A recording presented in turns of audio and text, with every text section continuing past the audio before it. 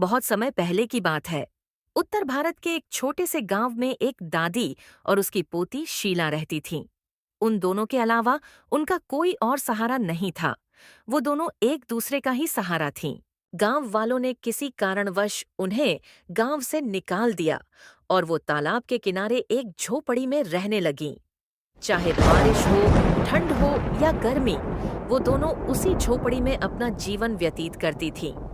उन्हें देखने कोई इंसान तो दूर, जानवर तक नहीं आता था।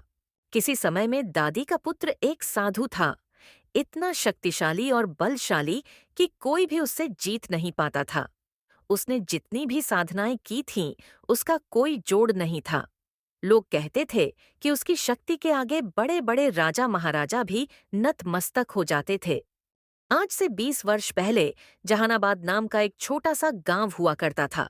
वहीं पे साधु का जन्म हुआ था। उसी गांव में वो साधु रहते थे जिनका नाम था दयानंद शंकर। उनके पास इतनी शक्तियां थीं कि कोई भी जादुई चीज उन्हें छू तक नहीं सकती थी। वर्षों पहले वे एक रहस्यमयी जंगल में गए थे, जहां उनके जैसे कई साधु और तांत्रिक साधना करने जाते थे।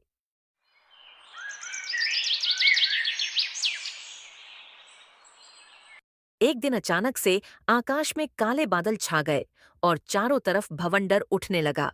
गांव के सारे लोग उस आकाशीय भवंडर को देखकर यहाँ वहां भागने लगे। बिजली की कड़कड़ाहट और पल भर में जोर जोर से बारिश हो गई। हवा का रुख ऐसे चल रहा था, कहीं पेड़ हवा में उड़कर उस भवंडर में समा ही गए। उधर साधु दयानंद शंकर जी अपने ध्यान में लीन थे। तभी उस काले बादल में से एक जादूगरनी दयानंद शंकर के सामने प्रकट हुई। दयानंद शंकर जी, तुम्हारी तपस्या सफल हुई। जादूगरनी को देख वे चकित रह गए। कुछ देर बाद वे बोले, महान जादूगरनी, आपसे मिलकर मैं अत्यंत प्रसन्न हूं। आपको देखकर मेरा जीवन धन्य हो गया। आपकी प्रशंसा में क्या कहूं, शब्द ही कम पड़ रहे हैं। हे दयानंद शंकर, तुम इस धरती के एक महान पुरुष हो। तुम्हारे पास जो शक्ति और बल है वह आज तक कोई नहीं पा सका। कई साधुओं ने यहाँ प्राण तक त्याग दिए और तो कईयों ने अपने खुद के ही प्राण दे दिए इन शक्तियों को पाने के लिए। कईयों ने तो अपने हाथ सिर धड़ से अलग करके इन अग्नि में डाल दिए। उन सबको छल और कपट की वजह से नहीं मिला। सिर्फ एक तुम हो जो उसे पाने में समर्थ रहे हो। इन शक्तियों का यूज अच्छे और भले काम में ही लगाना। तुमने तो कुछ ही वर्षों में इतना कुछ प्राप्त कर लिया। मैं तुम्हारी तपस्या से बहुत प्रसन्न हूँ। कहो, मैं तुम्हें क्या वरदान दूं? दयानंद शंकर थोड़ी देर सोचते रहे, फिर बोले, मुझे ऐसा वरदान दीजिए कि मैं जिस भी गांव में जाऊं वहां का सारा दुख हर सकूं। लेकिन मुझे उसके साथ में एक और वरदान भी चाहिए। क्या चाहिए? आप बेहिचक कह सकते हो।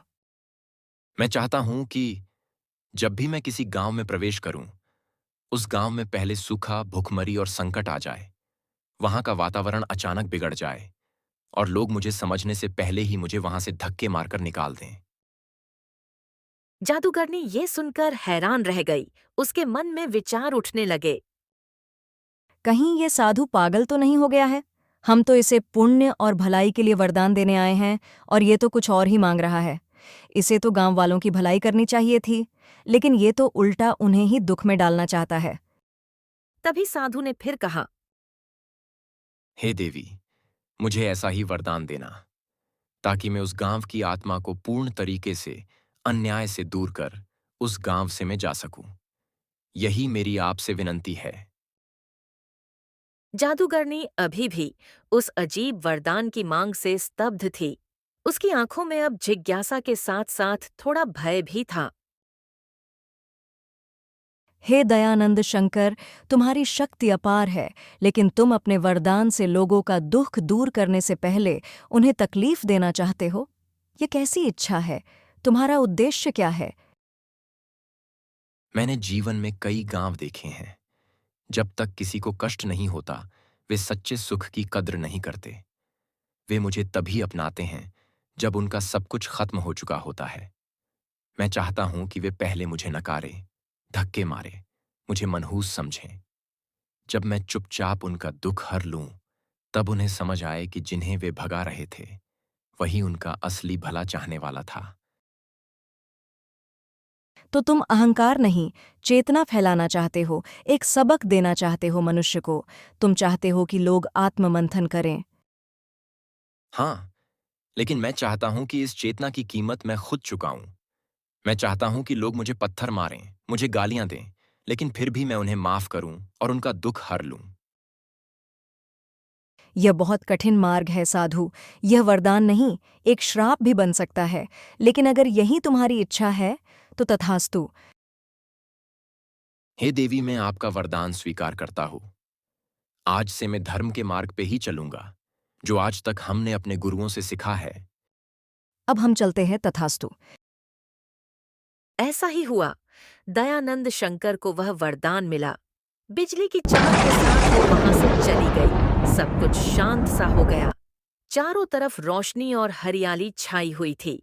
गांव के लोग भी एक जगह पे स्थित होकर आसमान की ओर देख रहे थे। उन सब में से एक बुजुर्ग व्यक्ति ने कहा, गांव वालों से, लगता है अब हम सब पर मुसीबत आने वाली है और कई गांव पर भी। अब हमें चौकन्ना रहना होगा। कोई भी उस बुजुर्ग की बात का विश्वास नहीं करते। धीरे से सब लोग अपने घर की ओर चले गए। तभी साधु वहां से उठकर दूसरे गांव की ओर जाने लगे। साधु अपने भजन में मग्न गाते हुए जा रहे थे। जैसे ही वो दूसरे गांव में कदम रखे, तभी उन्होंने देखा कि एक जगह पे कुछ लोग एक गरीब व्यक्ति को कुछ लोग मिलकर मार रहे थे, बेरहमी की तरह। उसे इतना मार दिए थे कि वो उठ नहीं पा रहा था। तभी साधु उनके पास जाने लगे, पूछने के लिए क्यों इनको मार रहे हो।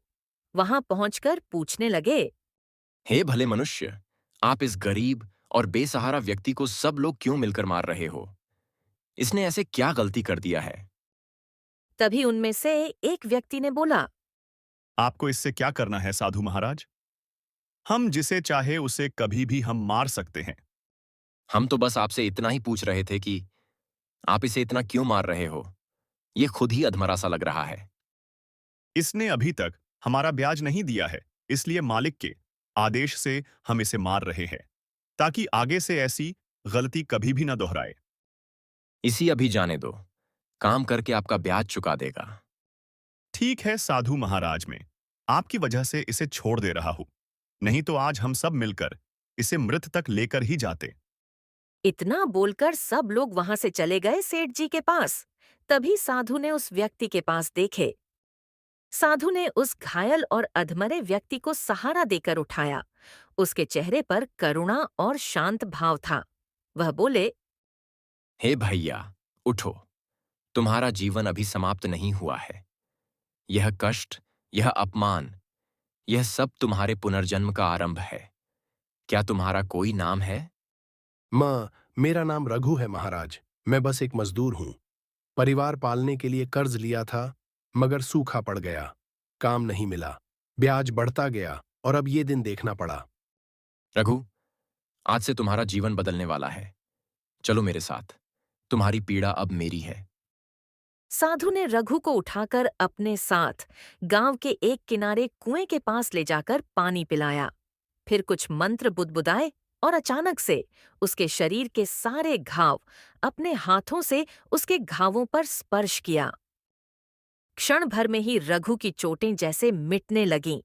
उसके शरीर में एक नई ऊर्जा का संचार हुआ। आंखें आश्चर्य और श्रद्धा से भर उठीं। महाराज, ये कैसे हुआ? आपने क्या किया? ये सब तुम्हारी श्रद्धा और मेरी तपस्या का परिणाम है। लेकिन ध्यान रहे, जीवन का अर्थ सिर्फ चमत्कारों में नहीं, बल्कि कर्म और सेवा करने में है। रघु ने साधु के पैरों में गिरकर रोते हुए धन्यवाद दिया। पर गांव वालों ने इस दृश्य को दूर से देख लिया था और जैसा कि साधु ने पहले ही चाहा था, अगले ही दिन गांव में संकटों का साया मंडराने लगा। अचानक जोर से बिजली चमकने लगी, बारिश होने लगी जोर जोर से। सब लोग बाहर आकर बारिश का नजारा देख रहे थे। अगले दिन ही सबके खेत बारिश की वजह से सब खराब हो चुके थे। कुछ लोगों के खेत बचे हुए थे। कुछ दिन बाद ही जो खेत बचे हुए थे, वो भी फसलें सूखने लगीं। पानी की कमी बढ़ गई। बच्चे बीमार पड़ने लगे। लोग भयभीत हो उठे। यह सब उस साधु के आने के बाद हुआ है। वही मनहूस है, उसी को गांव से निकाल दो। तुमने सही कहा काका। जब से वो साधु इस गांव में आया है, अगले ही दिन से कभी बारिश होना, सबके फसलें खराब हो गईं। लगता है वो इस गांव में मनहूसी फैलाने को आया है। ऐसे ही कुछ दिन और रहा तो हम सबके घर वाले कहीं मर ना जाए। हमें जल्दी से उससे इस गांव से निकाल के भगाना होगा।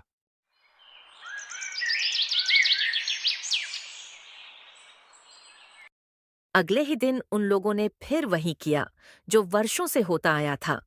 उन्होंने साधु को अपशब्द कहे, उस पर पत्थर फेंके और उसे गांव से भगा दिया। पर साधु के चेहरे पर कोई क्रोध नहीं था, कोई शिकायत नहीं थी। वे चुपचाप मुस्कुराते रहे। जैसे ही वे गांव की सीमा पार कर गए, बारिश की पहली बूंदें गिरने लगीं। कुएं का पानी बढ़ने लगा, बीमार बच्चों की तबीयत सुधरने लगी।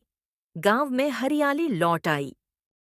जिसे हम मनहूस समझते रहे, वही तो असली भाग्य लेकर आया था। उसके बाद उन्होंने कई गांवों की यात्रा की।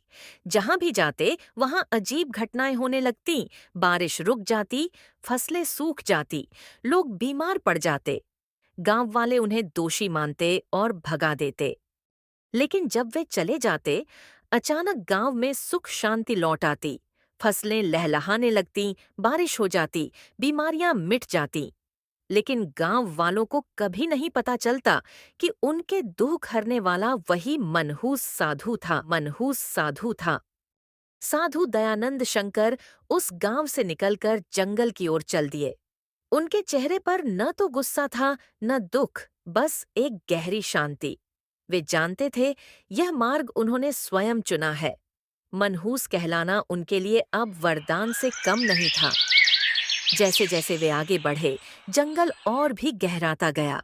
पक्षियों की आवाजें थम गईं और पेड़ों से एक विचित्र सरसराहट सुनाई देने लगी। तभी एक रहस्यमयी आवाज गूंजती हुई। ध्यानंद शंकर, तुम्हारी शक्ति को पहचाना है हमने, लेकिन क्या तुम वास्तव में तैयार हो अगली परीक्षा के लिए? यदि यह परीक्षा भी किसी आत्मा की मुक्ति के लिए है, तो मैं तैयार हूं। आवाज के साथ ही जमीन कांप उठी और जंगल के बीचों बीच एक रहस्यमयी द्वार प्रकट हुआ। पत्थरों से बना, उस पर तांत्रिक चिन्ह खुदे हुए थे। उस द्वार पर लिखा था, तंत्रलोक, जहां शक्ति परीक्षा लेती है और अहंकार मिटता है। ध्यानंद शंकर बिना एक क्षण गंवाए उस द्वार से भीतर चले गए। तंत्रलोक के अंदर अंदर अजीब सी रोशनी फैली थी, न अंधेरा न उजाला।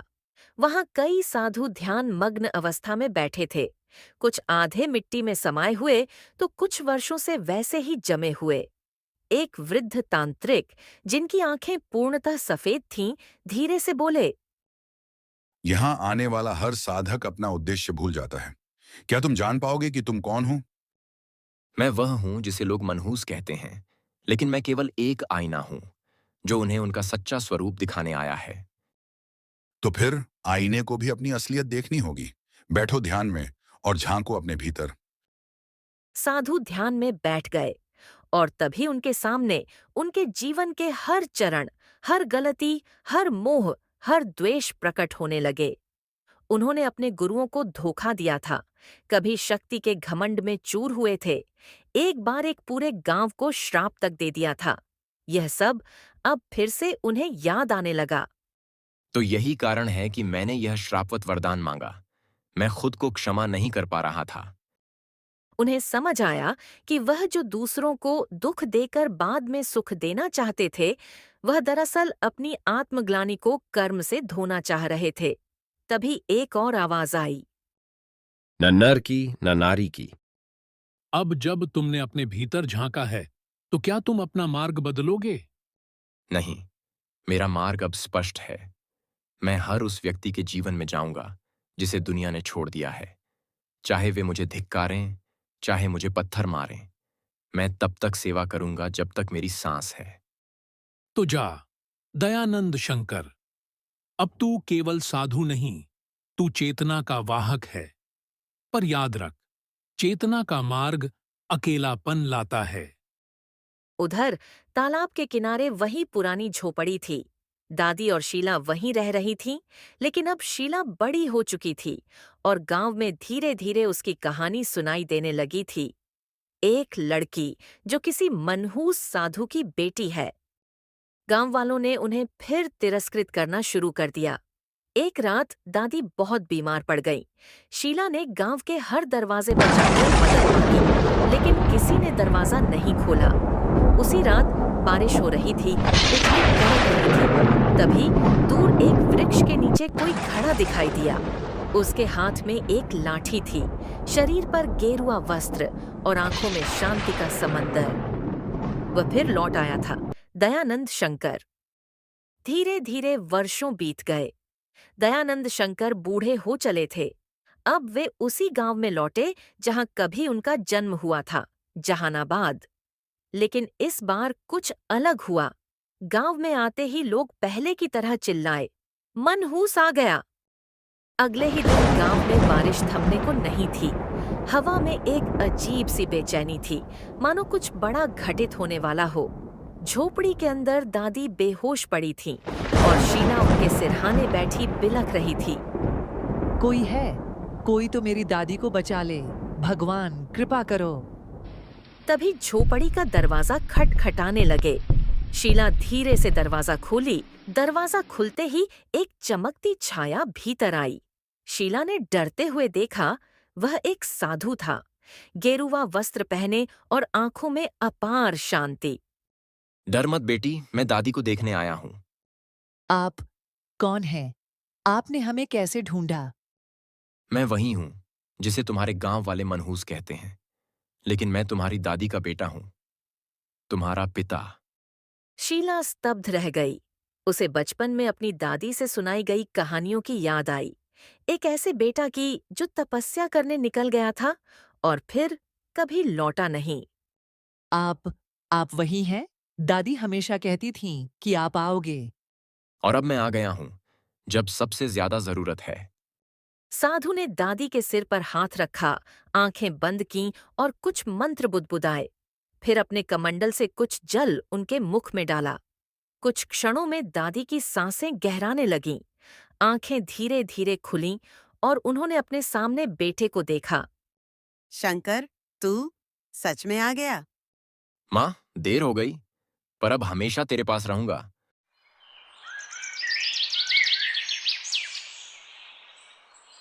अगली सुबह गांव में खबर फैल गई। झोपड़ी वाली बूढ़ी और उसकी पोती के पास कोई रहस्यमयी साधु आया है और उस साधु ने बीमार को ठीक कर दिया है। गांव के कुछ लोग झांकने आए। उन्होंने देखा साधु ध्यान मग्न बैठे हैं और दादी अब स्वस्थ हैं। क्या यह वही मनहूस साधु है? मगर इसकी उपस्थिति से तो चमत्कार हो गया।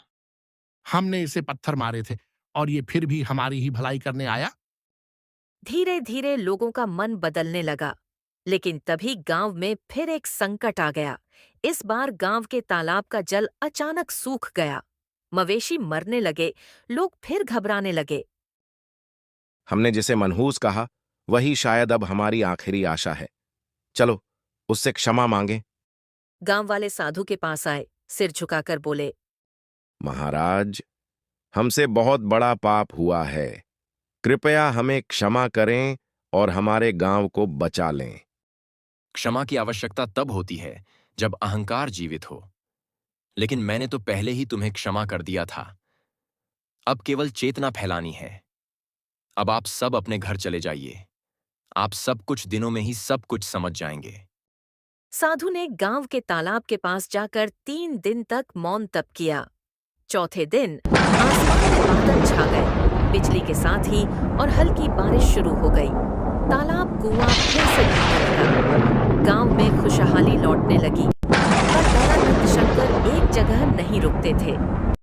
एक रात शीला से उन्होंने कहा, बेटी, अब तुम्हें अपनी दादी का ध्यान रखना है और गांव के बच्चों को सिखाना है कि डर और अंधविश्वास का कोई मूल्य नहीं। मैं अब आगे बढ़ूंगा, उस जगह जहां कोई उम्मीद नहीं बची। क्या आप कभी लौटेंगे? जहां अंधेरा होगा, मैं वहीं मिलूंगा।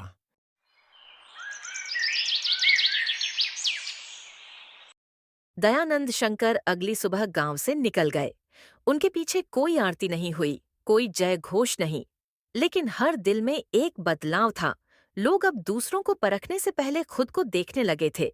मनहूस साधु अब एक मिथक नहीं, चेतना बन गया था, जो हर पीड़ित, हर बहिष्कृत और हर उपेक्षित के लिए आशा की किरण बनकर आगे बढ़ रहा था।